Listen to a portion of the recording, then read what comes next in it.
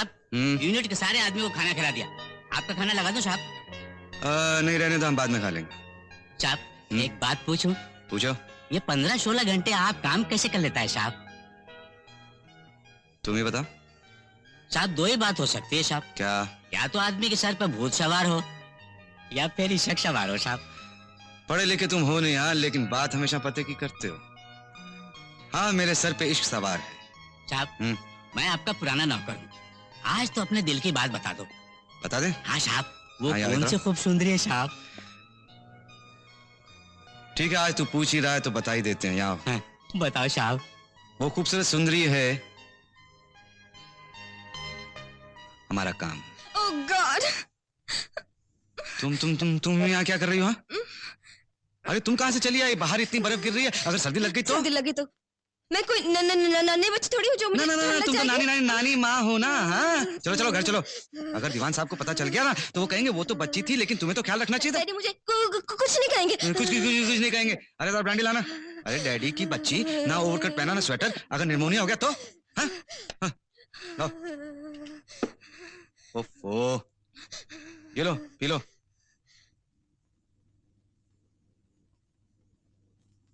इतनी ब्रांडी मैं तब पीती थी जब मैं 4 साल की थी।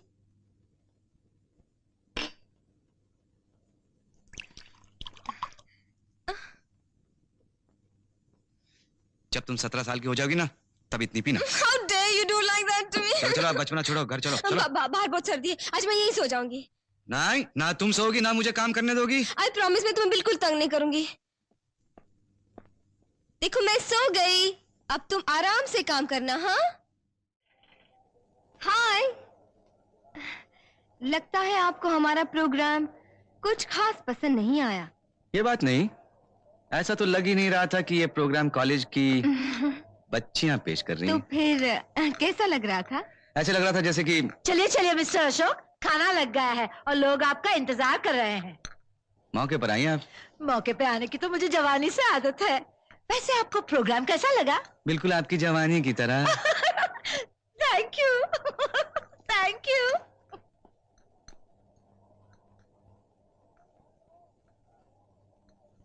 नमस्ते अशोक जी, कैसे आपको हमारा प्रोग्राम कैसा? Hi Asha. Hi Raju, how are you? Long time no see. Thank you. Hello Asha, how are मैं यू? ठीक हूँ, हैप्पी एज ऑलवेज। चलिए मैं आपको आज के चीफ गेस्ट से मिलवाती हूँ। चलिए। Ashok, meet squadron leader Sharma, daddy के बहुत अच्छे फ्रेंड हैं, आजकल यहाँ पोस्टेड हैं। Nice meeting you. My pleasure. लीजिए मिस्टर अशोक, मैंने अपने हाथ से ये प्लेट आपके लिए बनाई है। अरे अरे, ये क्या किया मैडम आपने? क्यों, क्या हुआ? ये तो मच्छी बिल्कुल नहीं खाते। इनके लिए तो मैंने खास तौर से दम आलू और नरगिसी कोफ्ते बनवाए हैं, मैं अभी लाई।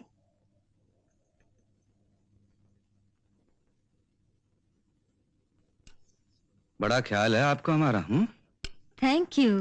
बेहतर ये होता कि खुद का भी ख्याल करती। ये बेहुदा ड्रेस और ये डांस, घूर रहे थे लोग। बच्चों को क्या फर्क पड़ता है? सर्दी लग जाती। मेरे पास तो ढांपने के लिए कुछ भी नहीं है, अगर आपके पास कुछ है तो ढांप दीजिए। ओह आई सी है।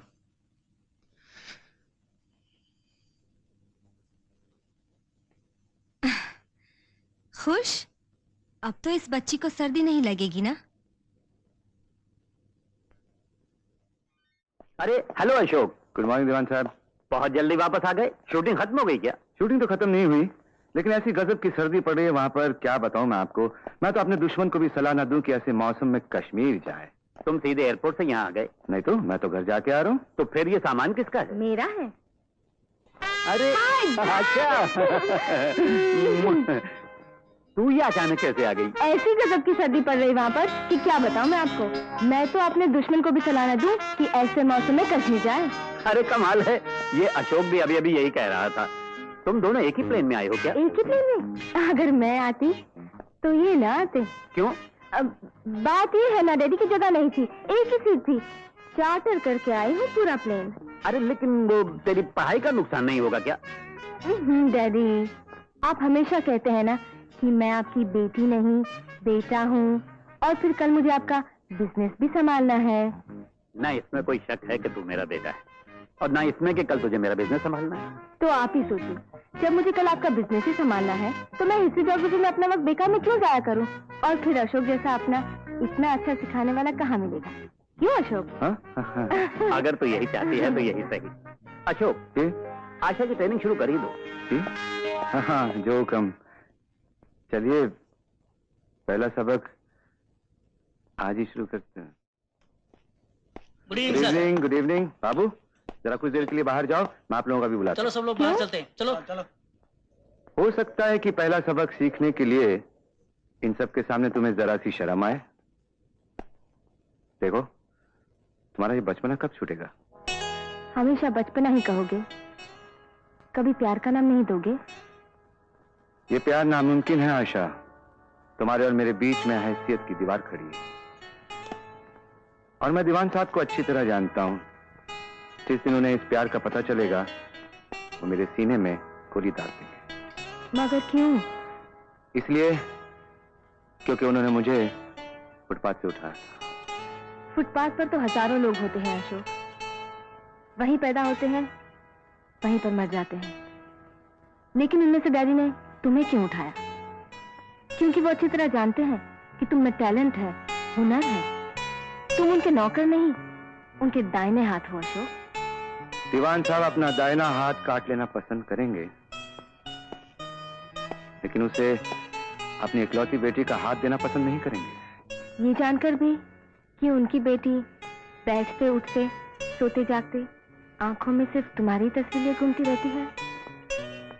हर तस्वीर के दो पहलू होते हैं। इस तस्वीर का एक पहलू तुम देख चुकी हो आशा, तस्वीर का दूसरा पहलू नहीं देखा तुमने।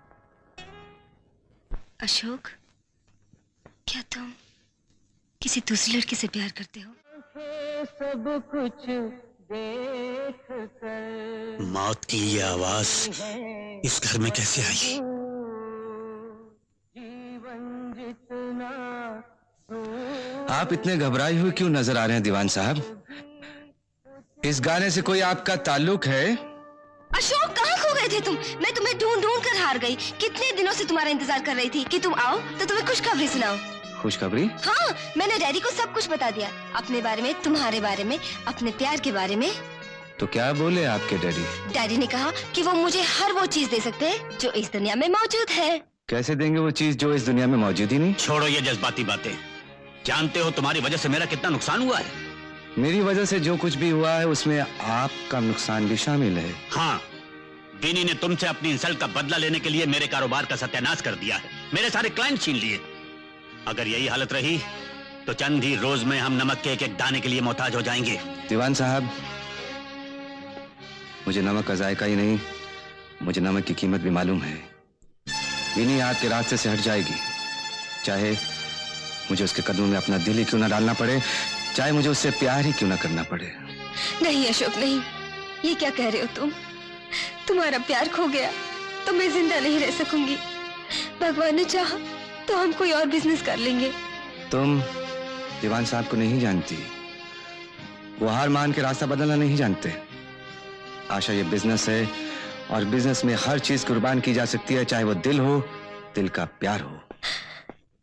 शुक्र रोके ना डैडी, प्लीज रोके ना। अशोक सुनो तो। तुम समझते हो कि अशोक पहली बार विनी के पास जा रहा है? अरे उनका रोमांस तो इतना पुराना हो चुका है कि अब उसे शादी की बदबू आने लगी है। हमारी जुबान का एतबार नहीं तो अपनी आंखों को आजमा लो।